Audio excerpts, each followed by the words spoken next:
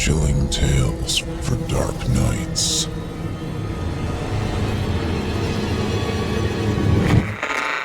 Want to make sure you never miss a Chilling Tales for Dark Nights video again? Be sure to subscribe and hit that bell to turn on notifications. The following program is a production of Chilling Entertainment and the creative team at Chilling Tales for Dark Nights, and a proud member of the Simply Scary Podcasts Network. Visit simplyscarypodcast.com to learn more about this and our other weekly storytelling programs. Thank you for listening, and enjoy the show.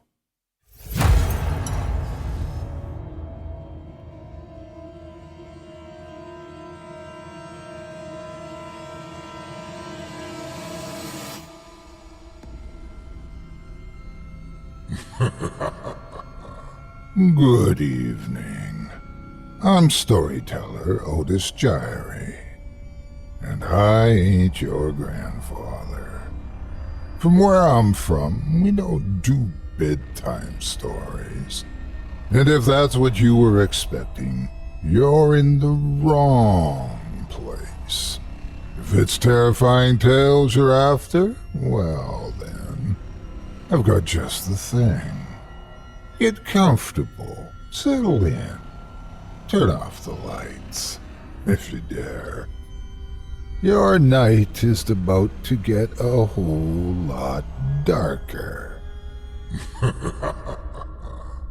Who needs sleep anyway?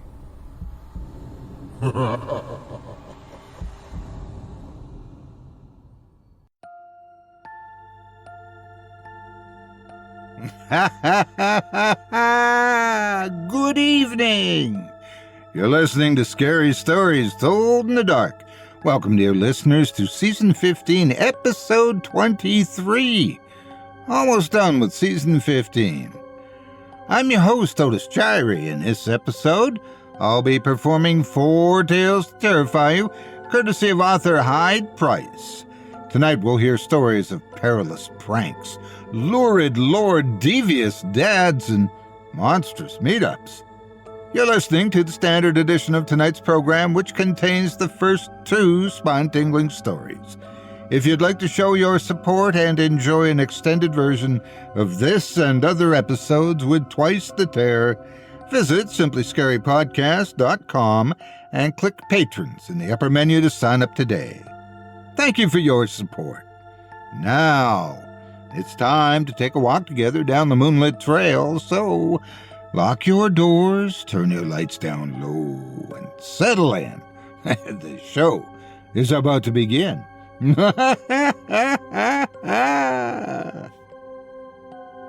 Do you remember your school days? Or maybe you're still in school and have to deal with the most inane day-to-day homework and lectures. But boredom isn't the only thing creepy about getting an education. Sometimes you just might learn something you don't want to. Tonight, our selection of stories of the perils of knowledge come from author Hyde Price. In the first offering, we'd follow 2 old friends who they never made anything of themselves after school, but are looking to find something long lost in their old alma mater before it's demolished. But do they really want to find it? Without further ado, I present to you Room 1101.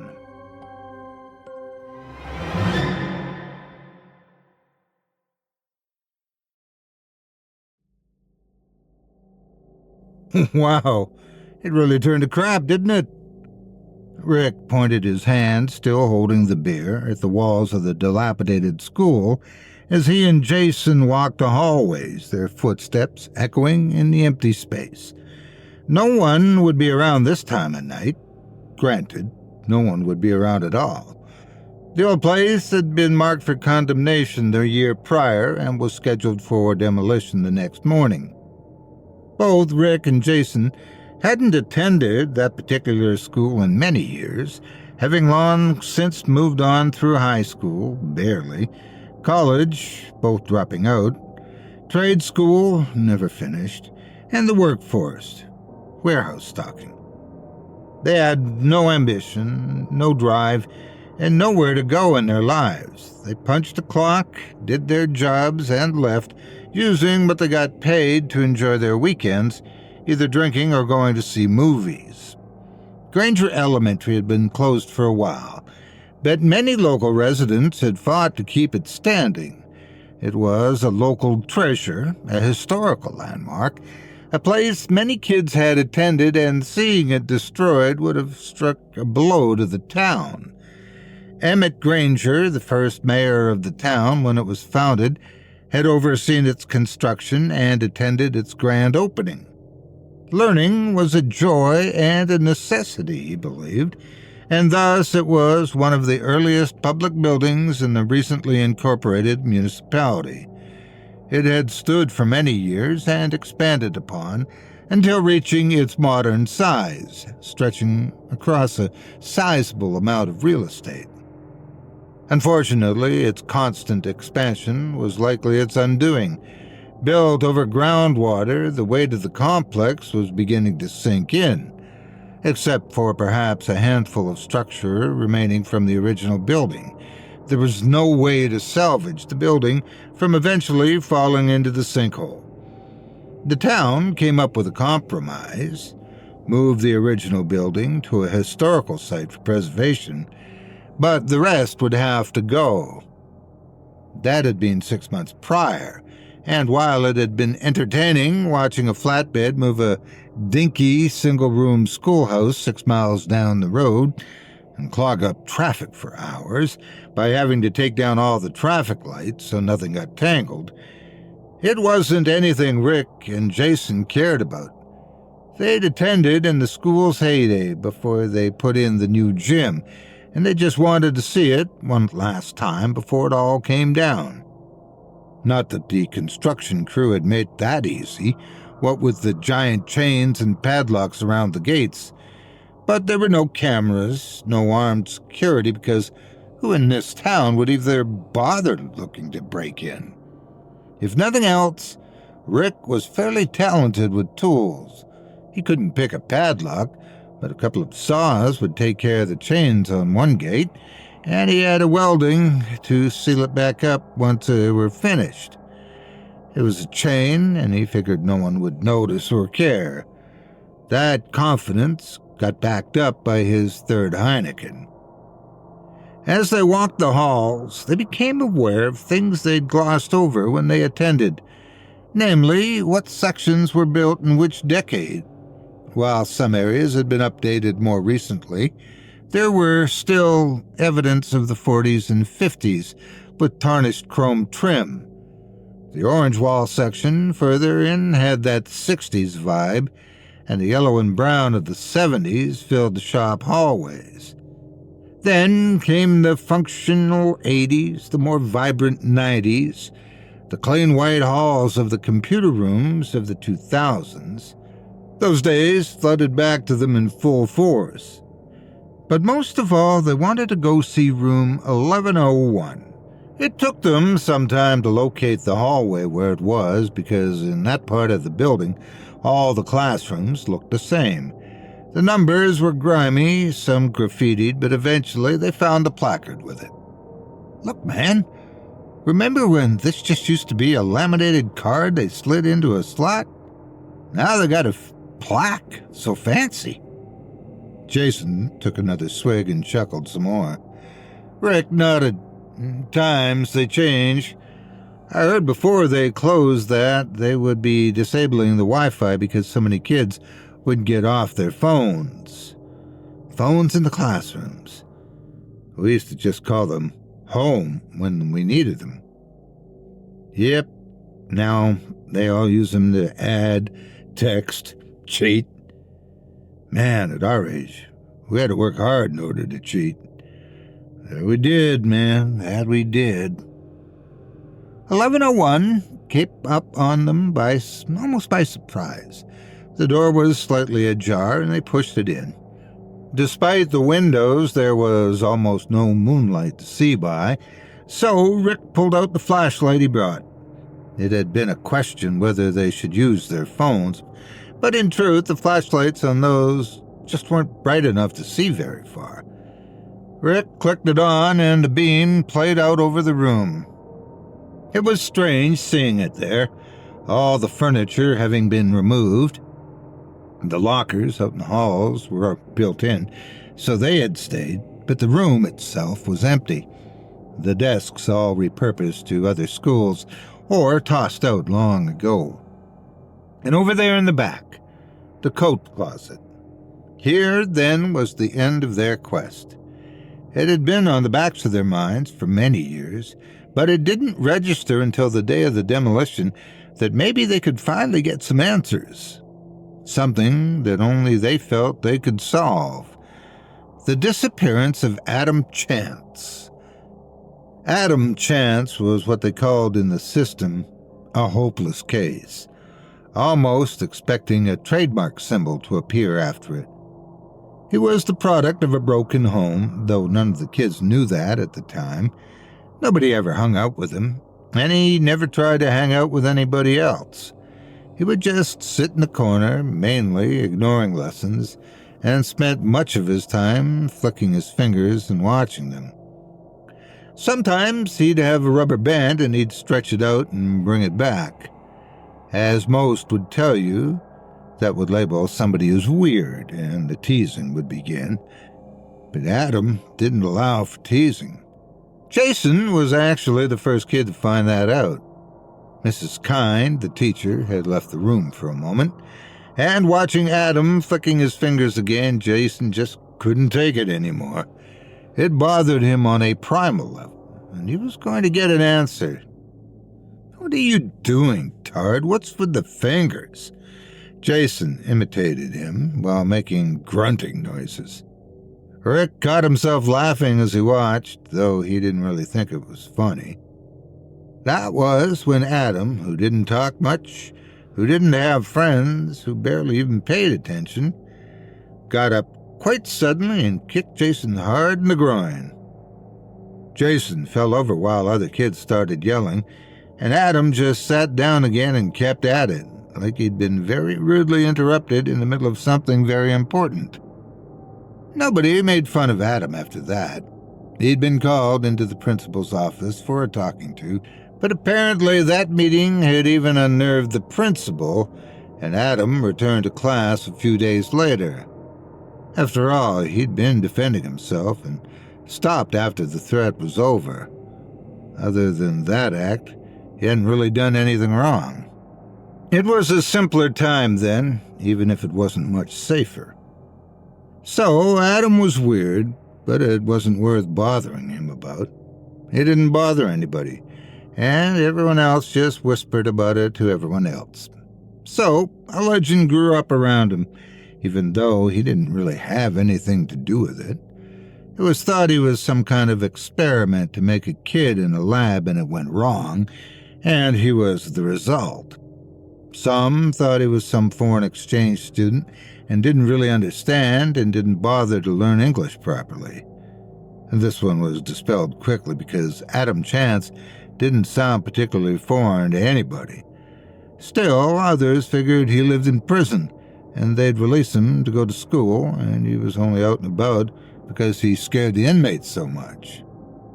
The truth would not come out until much later, and only then was only heard by a few of the people that had attended classes with him. For the most part, Adam was just Adam, the weirdo kid. But then he disappeared, and after that, he was never Adam the weirdo. It was poor Adam, or that poor boy. Was he kidnapped one day? Accidentally hit by a car and dumped somewhere while walking the road? Ran away and told no one where he was going. Nobody knew. Even Jason and Rick didn't know, and they were the last ones to see him, in room 1101.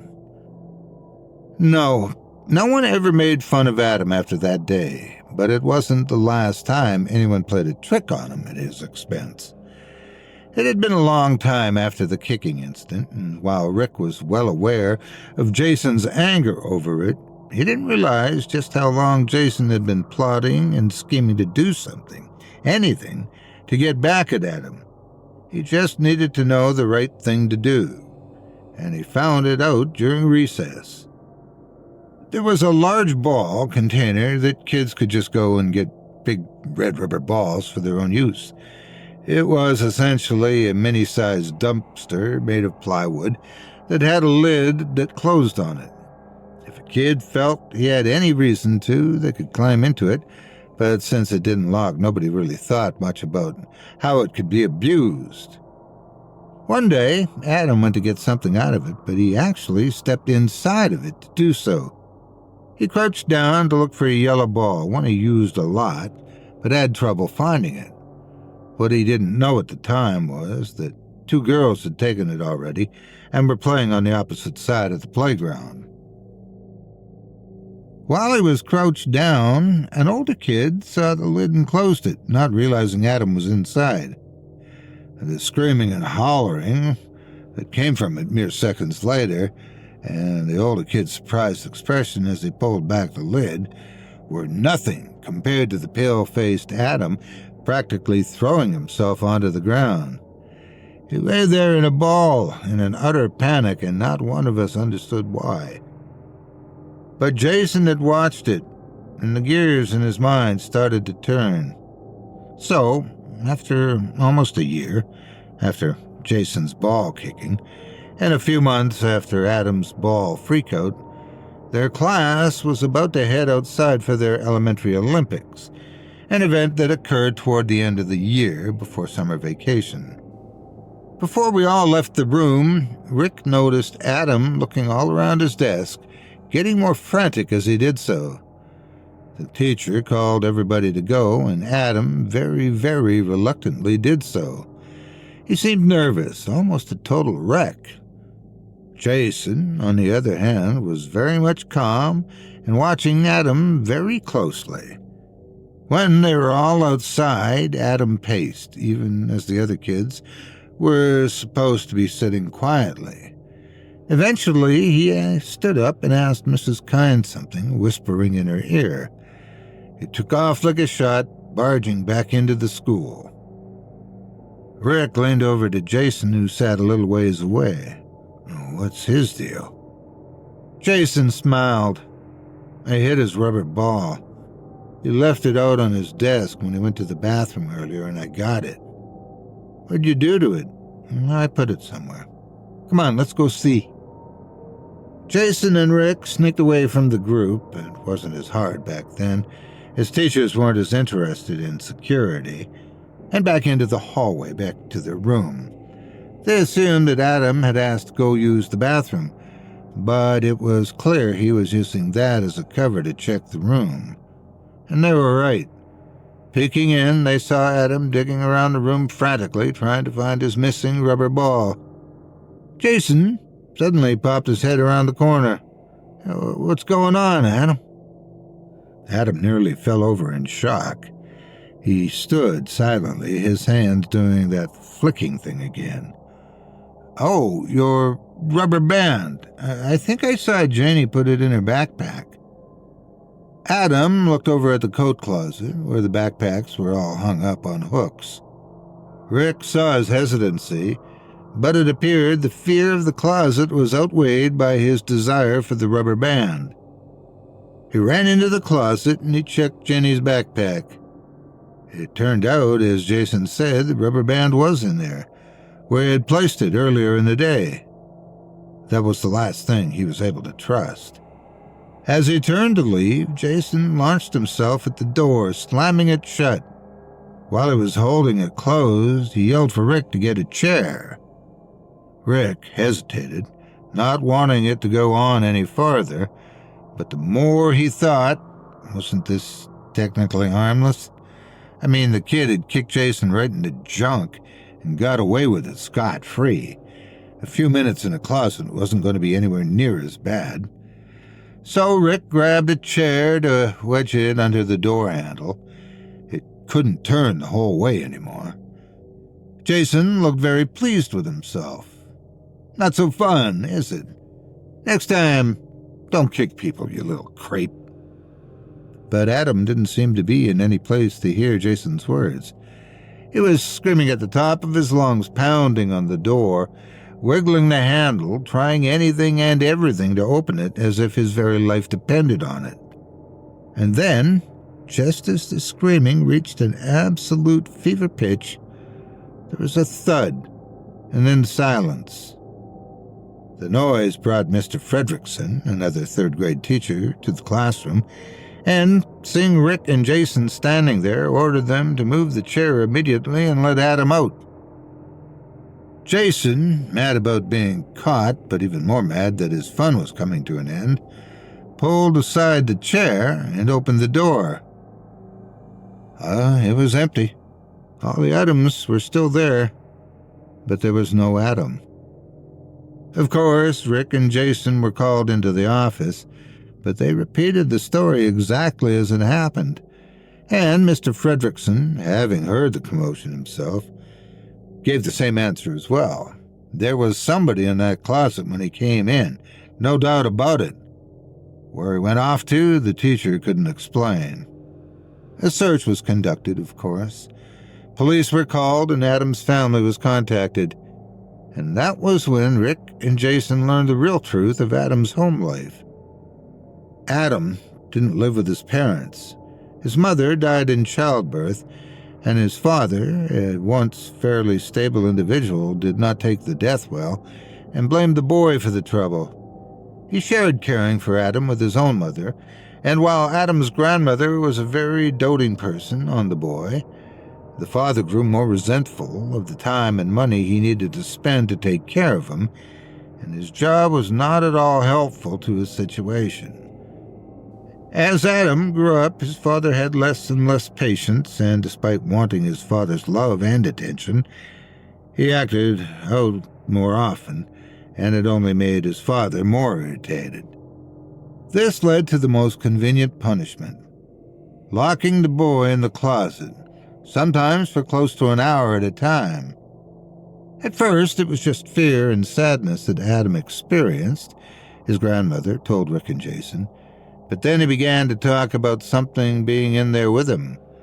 The longer he stayed in the closet, the more concerned that the something was watching him, waiting, wanting to snatch him away, and he began to view the time in the closet with more fear than his own father's wrath.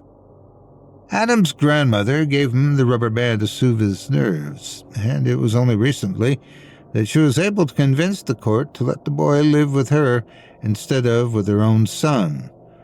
Adam's father had started turning to alcohol, and with it, he began turning his anger not just on Adam, but on her as well, and that had been the final straw.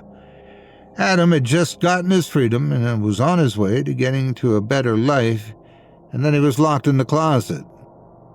Rick had felt awful as it was, but for Jason was different after that. He had wanted revenge on Adam, certainly, but he didn't want him to vanish. The grandmother had been upset, to be sure, and chastised the boys for their role, but upon seeing how much they didn't know and how upset they had gotten, she had softened and understood that they hadn't meant it to go as far as it apparently had. Still in all, Adam was gone. He was never seen again. Even after the lengthy manhunt, he had just upped and vanished. And now, some 20-odd years later, Jason and Rick had returned to the spot, looking at the closet that had caused them so much trouble and still weighed on their conscience after all these years. So, Jason, what do you think? My honest opinion? He found an air vent that had gotten covered over in a renovation. Either he squeezed out and ran off into who knows where, or he got stuck in the vents and is still there, but nobody knows because it was covered over. I think if he was in there, the smell would have gotten people to look and see what was causing it. And Jason rolled his eyes. All right then, fine. What do you think it was? Kind of the same thing, but a hidden trap door. You know how crazy the sewers are under here. Probably he popped open some latch and either fell through or climbed down. That's a lot more complicated than what I came up with. Well, what else could it be, Jason? He just disappeared. They stood, flashlight beam bouncing off the door without saying a word for another few minutes. What's the bet, then? Rick took a moment to think. If it's the air vent, I'll pay you $500. Fair. If it's the trap door, you build me a deck. You have no lawn, Jason. Doesn't mean I don't want a deck. All right, fine. Deck or cash. Deal. They stood looking at the door. You opening it? I thought you were. You locked him in. It's only fair you do it. Well, you put the chair in front of the door. We both did it. So then we both opened it. They looked at each other, nodded, and approached, flashlight at the ready. On the count of 3, they both opened the door at the same time. The flashlight beam shone into the closet space, but something was odd. The beam did not show off the back wall, where the bags and things would have been hung. Instead, it peered into total darkness, the beam cutting off as if sliced in half and going no further into the dark. And then it lurched out from the dark, grinning at them. With its large, bony claws, it grabbed them both and pulled them into the darkness. The door slammed shut. Not a sound echoed through the rest of the school after that. It was as quiet as it had been only a few minutes before. But the door handle on the closet in 1101, a rubber band hung, still swinging gently, though there was no breeze to blow it.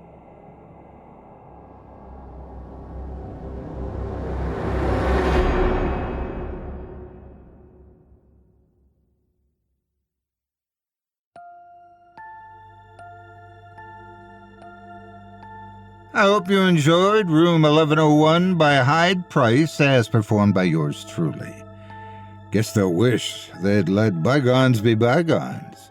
Oh wait, now they are bygones. I guess curiosity doesn't just kill cats. Next up, we go back in time as we hear the story, or really the lament, of a monk whose curiosity gets the better of him, and he learns about something he really should not. Gee, didn't he pay attention to our last story? Doesn't he know what he's in for? Without further ado, I present to you The Red Realm.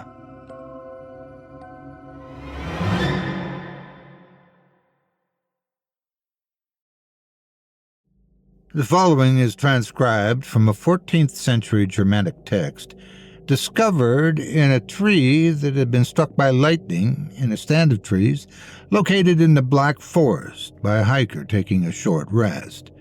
Reportedly, they simply sat down on a rock off the beaten trail and noticed that one of the trees had a rolled-up parchment inside. The only reason they'd seen it in the first place is, indeed, due to the lightning strike. The object had been shoved so far into the bulk of the tree, behind centuries of tree growth around this curved space where it had been hidden, that only nature itself and chance would have revealed it. Despite what's likely a lengthy exposure to the elements, the text remains in remarkably good condition. Unlike other older texts, no words were worn away and needed interpretation or replacement. This led to initial skepticism regarding whether the item was merely a clever forgery, but the dating of the ink on the parchment appears to coincide with the general time period. If it is a forgery, it is merely in its content, not of its age, for the tale it purports to tell is of utter unbelievability. However, the contents are listed here for its artistic merit more than for any historical accuracy.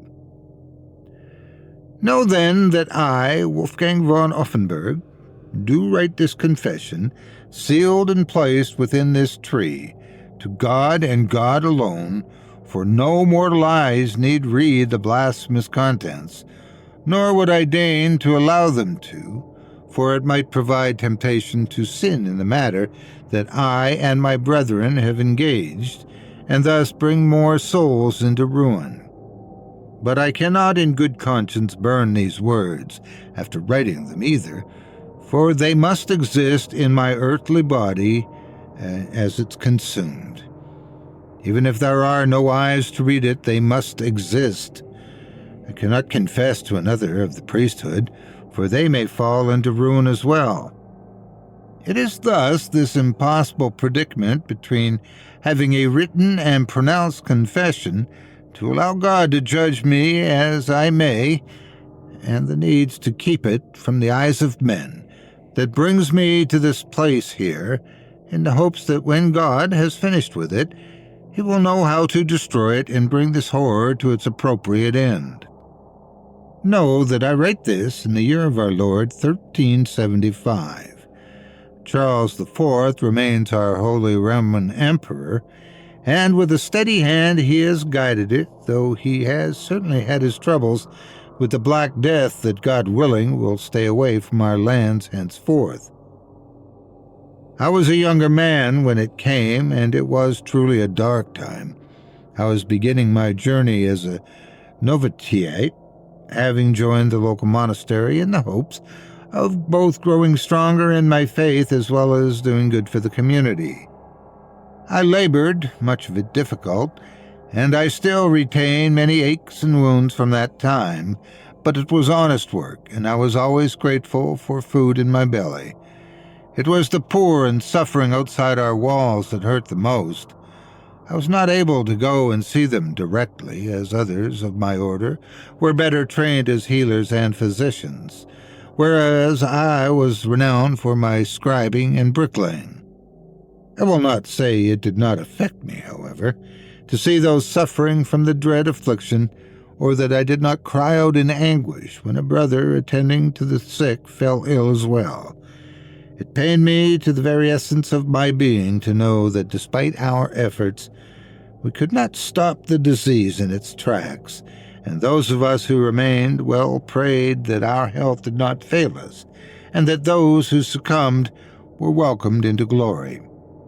However, as I earned my place among the brothers, and I became more invested in study, I found myself drawn to items in particular that even at the time I should have known better than to covet. After all, to covet is its own sin, but when you are caught in the throes, it is sometimes very difficult to see what you are struggling against and understand what it is.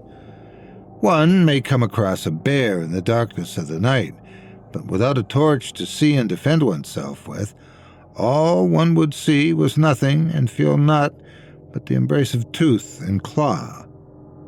For in a section, stored away in the area of our library, was a book with a black cover. It had no name, no title, and was of a small and thin nature.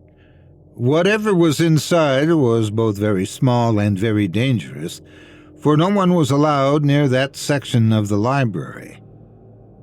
One day I questioned Brother Peter, the head of our library, as to its nature. That, Brother Adalbert, is the book of our former brother. We have stricken his saint's name from our records and refer to him only by his birth name, Albrecht, for his name should remain as a curse to God as it is to us. But what lies within? Heresy, blasphemy, things that should not have been printed. And then, Brother Peter, why keep the book at all? He leaned in close. Because then, brother, we may, with permission and a strong mind, know what the enemy thinks. I believe you know what I mean by the enemy. Destroying it only delays its creation once again. Once something exists, it cannot be removed simply by wishing it were so. I saw the wisdom in what he said, but also folly. Like the Black Death, surely an evil such as this could be eradicated, no? Should we endure the presence of evil if it gives to good purpose? That aside, I resolved to see what was so heinous about the book. I did ask Brother Peter to allow me access, but he denied it immediately, informing me that I was certainly not of age for such a task. It did not stop me from waiting, a night 2 weeks later, to sneak into the library when all else were asleep and seeing what was inside. Oh, if I had but followed Brother Peter's advice, then this would not need to be written. I would gladly trade the knowledge from that book for ignorance, for all the good it has done me to this day. Albrecht's book spoke of secretive knowledge, things he had seen revealed to him in a vision, received by him when he was in the throes of a fever brought on while working in the summer heat. While being treated, he saw a far-off land, a vision of a volcanic world with a red sky, where creatures greater than man tread the ground, beings of incomparable size and horrific beauty. He thought that he had been transported to hell. But no, these creatures were not creatures of torture and evil, as far as he could see. There were no other men at all, in fact, which he expected to see suffering if this was the case. No, in the red sky above was 4 burning suns, and visible even in the daylight sky were massive stars, some burning in colors that no sky should ever have. As he stayed here, the creatures noticed him and began to ask him questions, and though he did not know their language, he understood them anyway. They taught him, and they asked him to share it with others. When his fever finally broke, he began noting down the things he had learned, or at least what he could remember. Beyond that section, he stated, was the knowledge he sought. I did not read that far, my curiosity burning, but my intuition tapping it out. I find some time to ask Brother Peter about Albrecht again, trying not to make my actions known or draw any kind of suspicion. Brother Peter, you recall I asked you about Albrecht and his book? Yes, and it would be best to forget it. Do not follow that path. That's just what I was most interested in. What did happen to him? You said his saint's name was stricken, but what of the man himself? Execution by fire for his heresy. He turned his back on God and did so vocally and utterly. He would scream of knowledge that put him on an equal footing of God, and that he would teach it to whoever dropped their inkwells and followed him. It was the only thing that would stop the spread of his madness. I felt my heart sink, knowing that he had since been put to death, but a curiosity sprang up in me. Did anyone go to follow him? Peter sighed heavily. Yes, some did. When he was executed, they fled to avoid the same fate. We have unfortunately been unable to find them, but since they have not been seen, we assume that at the very least they are only sharing their blasphemous news with each other and not with the salt of the earth. What did you do with his remains? At this, Peter stopped, and a hard look came over him. His remains. Why, yes, I assumed, despite his heresy, that he was burned in the hopes of redemption. Yes, well, that is the strange part, Brother Aldebert. When put to the flame, he ignited almost immediately, laughing the entire way. And then, that was it. The flames engulfed him, and then all that remained was the pole he was lashed to and his ropes. His clothes were consigned to ash, but there were no bones amidst the debris. Are you saying he vanished? Say what you will, brother, but this was not sign of a miracle. It is possible he was highly inebriated, and the drink caused a great conflagration. Perhaps he was coated himself in a substance that would make him burn more quickly. It is strange, yes, but the devil cannot perform miracles. He only deceives. Remember that. I did keep his words in mind, but I still felt my temptation grow. I still wished to know more about this strange man and what about him was so destructive. But for my soul, it was already too late. I went to sleep that night and dreamt of many shapes calling to me from a place in the forest. They raised their hands to the sky and called in infernal tongues. Then they all turned to me, pointing at me, the bodiless form I held in my dream, and beckoned me forward. I was unable to resist, and one of them loomed over me, tall as a mountain. He grabbed my wrist and into it placed a small red stone. When I awoke, I looked at my hand. The stone was in my hand, as was a burn mark around my wrist. I was being called, and now I did not dare resist. I did not know what would happen if I were to reject it now. They could reach through my dreams. What else were they capable of? I packed my things and told my fellows I was going on a pilgrimage, but I lied about my destination.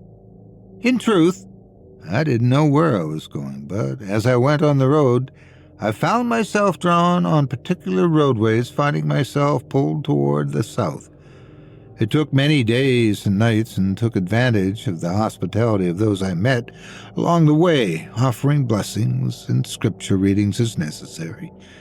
Though the closer I came to my unknown destination, the less I felt worthy of giving those blessings.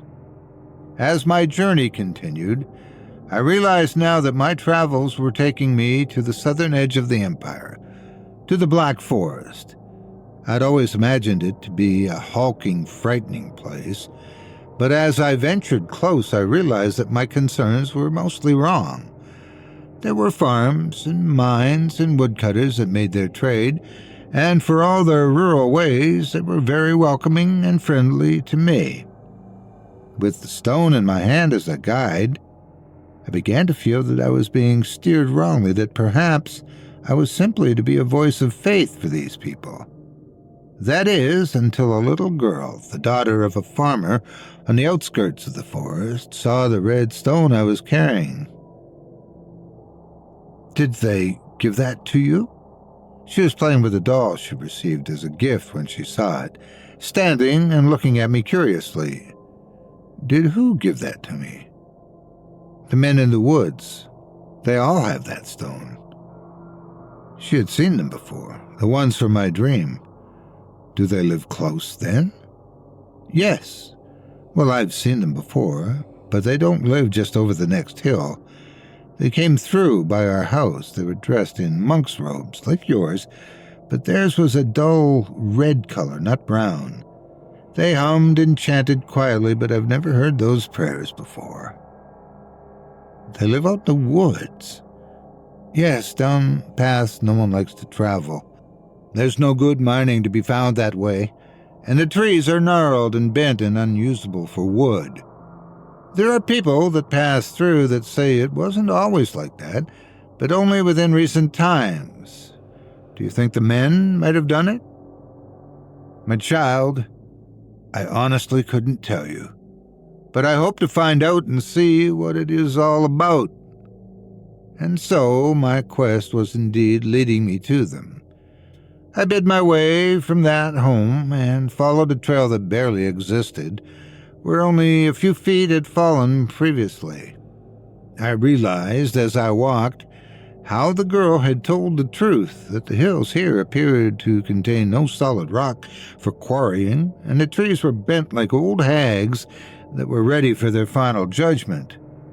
It was a ghastly place, and I will tell you, that though God is in all things, I must admit I could not feel his presence there. This was a God-forsaken place. I finally came to a clearing, not simply an area devoid of trees, but a true clearing, in which it appeared the hands of men had carved away nature into a circle. Yet, as I looked around, I saw no evidence that any trees, or even shrubbery, had ever existed here. It was cold, and though it was only a little ways into the afternoon, by the time I'd reached it, it was very dark here. I entered the circle and looked around. "Hello? You called me, did you not? What is this place? Why am I here?" In answer, a deep voice resonated through the trees. "You are here because you sought forbidden knowledge freely, and for that I wish to offer it to you." Several robed figures emerged from the woods, all in dull red, as the girl had said. But then one figure, at least 7 feet tall, but likely more so, came out in a robe of bright, brilliant red, unmistakably the same shade as the rock in my hand. He pulled away the hood and revealed a man with piercing blue eyes and a bald head. Despite his lack of hair, he did not appear old. In fact, I would even hazard a guess that he was younger than me. But that truly wouldn't make any sense, especially after he introduced himself to me. "I am the one you seek. I am Albrecht." I shook and fell to my knees, not in supplication, but in terror. "But Albrecht is dead. He was burned at the stake." "I was burned, yes, but I did not die. I became something more on that day, due to my connection to the Red Realm."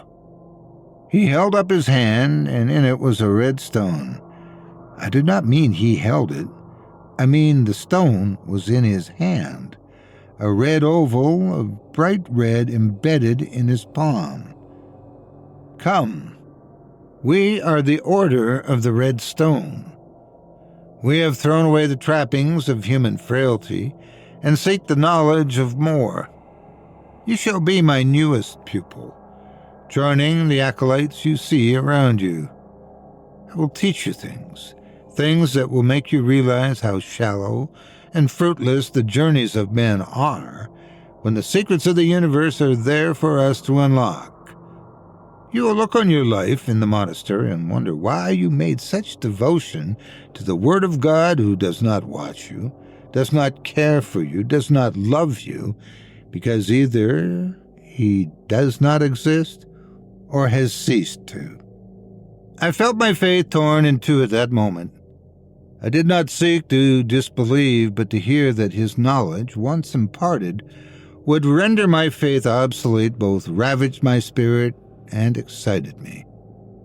I desired to be close in faith, but also wished to know more about this world and its secrets, to see if perhaps this was a path to see the divine, or that I could find a way to glimpse it through study with this Order of the Red Stone. It was truly the moment in which my soul was captured, and it was never to return. I joined with them, began my studies in earnest. Albrecht taught us things we should never be allowed to know. I watched as he took the corpse of a rat, long since dead, and he said, "Pull the strings like a puppet master and return it to life." It still smelled of decay, but it acted in all manner as rats do, and it was astounding. We all sought to know how he did it, and he tried to show us, but we simply could not, no matter how hard we tried. He taught history to us, shared with us an understanding of the universe we could never have found ourselves. The Red Realm was proof indeed that there were worlds beyond our heavens here, that the dome of the sky was an illusion, and that the stars were distant celestial bodies. The sun was not the center of the universe, and there was another illusion to be shattered, he said. I had conducted my studies as well, while we followed the example of a geocentric inverse as established by Aristotle. It was not the first time it had been suggested that the heavens were not what we thought, as Aristarchus had mentioned it previously. He was but a footnote in our studies of astronomy, but I always found it an interesting situation to consider. Now, Albrecht used it as a method of rejecting faith itself. These and other things he showed us, and we wondered where the source of his knowledge came from. The Red Realm provides us all these answers, and soon you, too, shall be invited to share in the secrets directly. I can only teach you so much. Some will come from when you go there yourselves and see. And thus it was that the time came when we would be subjected to the final test to see what Albrecht's lessons were leading us to. We arrived in the clearing in the night, and Albrecht came among us. We raised the chorus, and he silenced us to tell us of his final lesson to us. My brethren, you've learned much under my tutelage, but as I have said, I can only take you so far. But must you understand what I have become, and how you can join me and remain connected to the Red Realm and absorb its secrets as I have. And with that, he removed his robe. And while I cannot speak for the others, I myself was taken aback by his appearance. His height was always impressive, but we didn't understand what lay below his neck. He was nude, but of any organs donating male and female he had none. His body, aside from his hands and head, were bright red, and occasionally a greenish light coursed over his skin. He was built like a strong man, muscled in a way that would have made Hercules jealous. I felt as if I displeased him, that he would simply bat me away into the trees, broken and bleeding, and I there would lay until all life was sapped from me. He began speaking in an infernal tongue I had not yet heard him say, but yet, as he wrote of in his book, I understood his every word. He was calling to the beings in his red realm, asking them for the strength for all of us here to be imbued with essence, to prepare us for the transfiguration. He called forth the first. He approached clearly nervous, but he also was excited for the boon that was about to be given to him. Albrecht pulled back the man's hood, revealing his aged, balding head. He held that head in his massive hands, and after one more prayer, the man screamed as he was engulfed in flames, and soon after his clothes hung loosely, his body reduced to little but a handful of ashes. It was just as Brother Peter said. Albrecht had done the same on his execution day, and it appeared to be the way to their ascension to whatever the Red Realm was. A second, upon seeing this, lost his nerve. No, I cannot bear that pain. Please, I beg of you, my master, do not make me suffer this. Albrecht heard the plea, and upon hearing it, reached out his hand and pulled the man to him. Where Albrecht gripped, the wrists smoked and sizzled. Knowledge is given, or all is denied. And with that, Albrecht reached cleanly into the man's chest, removing his heart, the veins snapping as he pulled it loose. Still beating, Albrecht put it into his mouth and began to eat. As soon as his teeth dug into the flesh, the man fell to the ground, pale as a ghost and as dead as could be imagined. Others followed suit. Some were set aflame and vanished, but a small handful did not appear to fit Albrecht's desires, and they, too, had their hearts removed and devoured. As I watched, I knew that my faith was still too strong. I would be one of those who did not get selected. I was not worthy for either the Red Realm or the Lord I had left behind. I hesitated, not wishing to endure either test. And as I wrestled, I saw Albrecht had turned his attention to me. I was the last. I was across the clearing from him, my feet frozen to the ground, unable to move, staying a distance he could not reach. Brother Adalbert, it is your turn. Are you joining with us, or do you offer yourself as sacrifice so that the others may hasten in their return? I seek neither. Albrecht, to my surprise, smiled at this. You still believe, don't you? Despite all our lessons, you have left to sever ties with your God. He is not mine. He is the ruler of this world and the next. I am his. Very well. Then perhaps, as a student of the Bible, you know the story of Lazarus and the girl and of the man himself. Did you know that power to breathe life into others is not restricted to him? I've shown you with rats, but look, as I show you how you can be just like him. He reached down and touched the heartless bodies at his feet. They began to stir. Then they rose to their feet. They were resurrected. They got to their feet and turned to me. And then I saw the mockery that Albrecht stood for. Whatever power he had been granted, it was not the power of God. It was an illusion, a shallow imitation of true power. They were not resurrected. They were animated. They moved. But they were not the men who had stood there a short while earlier. They were hollow shells, puppets on a string dancing to Albrecht's tune, and they shuffled forward toward me. I knew they wished me ill, but I would not let them catch me. I ran through the woods. It was blind, running through the dark, and it was inevitable that I would trip and fall. I tumbled over a cliff. It was but a 10-foot drop, but it was enough. I felt my right leg bone crack and felt it puncture the skin. And yet, for the sheer intense pain of the moment, I did not scream. I held my tongue, and in the darkness above me, I heard the puppet search in vain.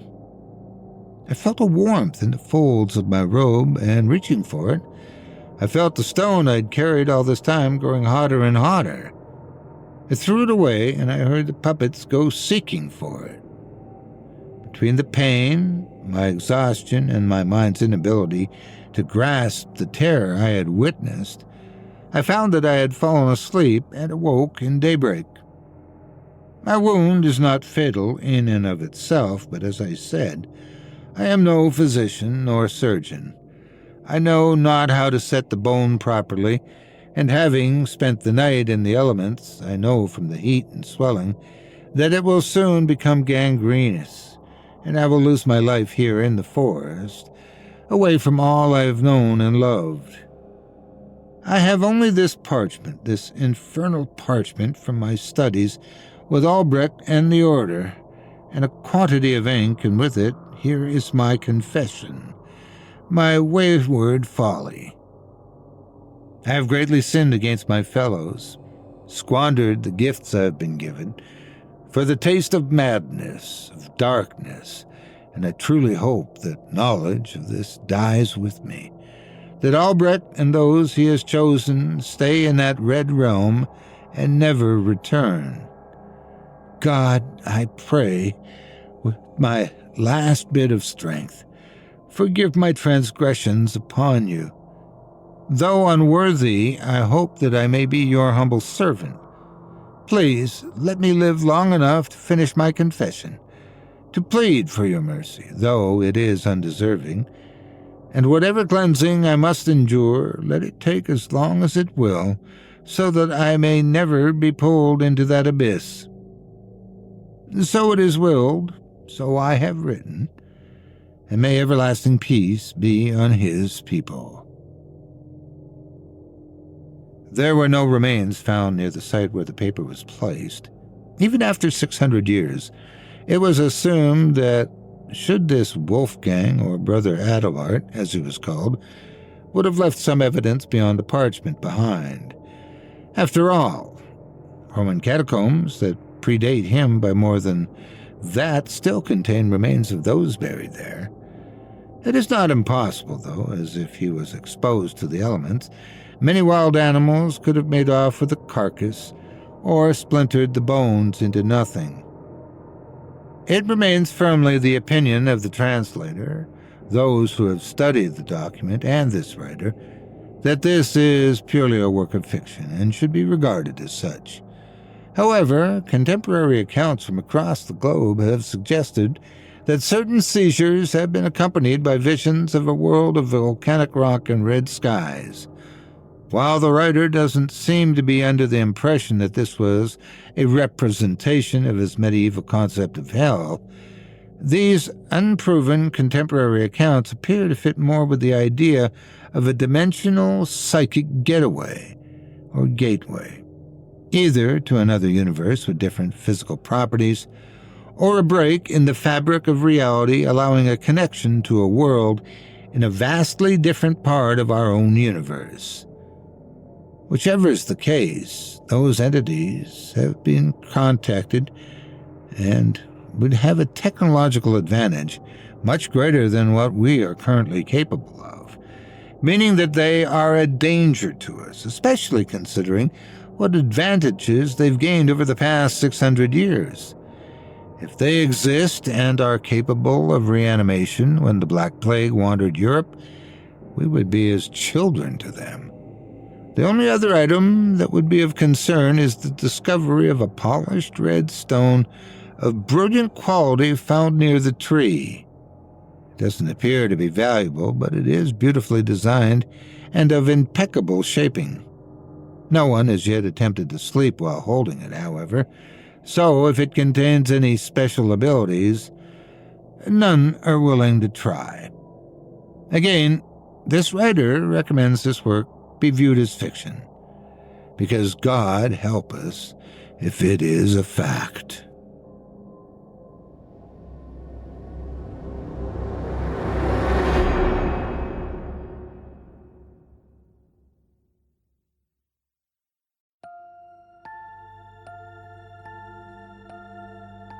I hope you enjoyed The Red Realm by Hyde Price as performed by yours truly. I think I might have seen the place they're all talking about. Hellish winds, strange beings wandering aimlessly through a red landscape. It sounds like Death Valley, circa 1986. Thanks again for your support of this program and tonight's featured author. Now, before we go, I'd also like to take a moment to thank you personally for joining me for this episode of Scary Stories Told in the Dark. If you enjoyed what you've heard on today's program, please take a moment to stop by our iTunes page or wherever else you listen to your favorite podcasts and leave us a 5-star review and a kind word. It makes a huge difference and it would mean a lot to us. If you'd like to hear a premium extended edition of tonight's and all of our other episodes featuring Twice the Terror, visit simplyscarypodcast.com today and click the Patrons link in the menu at the top of the screen. You'll find yourself at chillingtalesfordarknights.com, where you can purchase season passes for this podcast and our other quality storytelling programs, or become a patron for as little as $5 a month and get access to our entire audio archive dating back to 2012, and all of it is ad-free.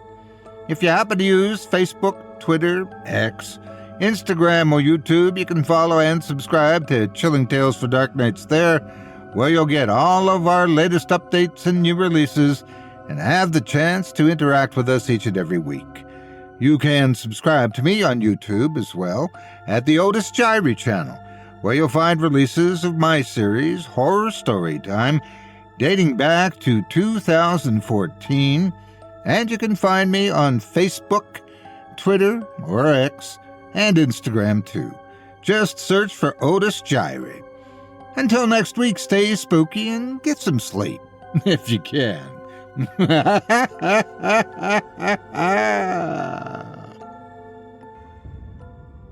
Thanks for listening.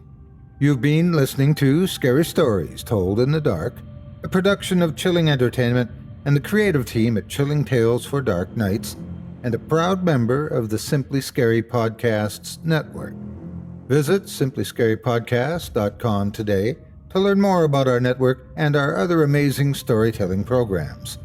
Tonight's program was hosted and its featured stories performed by yours truly, Otis Jiry. Selected stories have been adapted with the kind permission of their respective authors. Original music provided by Luke Hodgkinson and Jesse Cornett. Sound design and final mixing and mastering provided by executive producer and director Craig Groshek. Program's artwork and logo by David Romero. If you're looking for some fresh tales on a daily basis while waiting for the next podcast, check out my YouTube channel, the Otis Jiry channel, and my extensive collection of narrated tales there. Simply search on YouTube by my name, and you'll find me. And don't forget to subscribe and press the bell notification icon to get my latest releases. Got a scary tale of your own that you'd like performed? I take submissions. Email it to me today at otis@simplyscarypodcast.com to have your terrifying tome considered for production in a future episode of this show. That's otis@simplyscarypodcast.com. If you've enjoyed what you heard on tonight's program and are joining us on your favorite podcast app, subscribe to us to be sure you never miss an episode, and leave a 5-star review and a comment. Your feedback means a lot to me. You can also follow Chilling Tales for Dark Nights and yours truly on Facebook to connect anytime and get the latest updates on this and other programs and my channel. If you're listening on the Chilling Tales for Dark Nights YouTube channel, do us a favor and hit the subscribe button and the bell notification icon for ctfdn as well to get more spooky tales from me and the crew and another episode of this program each and every Wednesday. And don't forget to hit that thumbs up button to tell us how we're doing and leave a kind word or a request. And don't forget to visit us at chillingtalesfordarknights.com and consider supporting the team by becoming a patron. In addition to helping us out, you'll get exclusive access to our audio archive and ad-free downloads of all your favorite stories, including those you've heard on this program. As for me, I'll be back next Wednesday with more terrifying tales to keep you up all night. But that's all right. Who needs sleep anyway?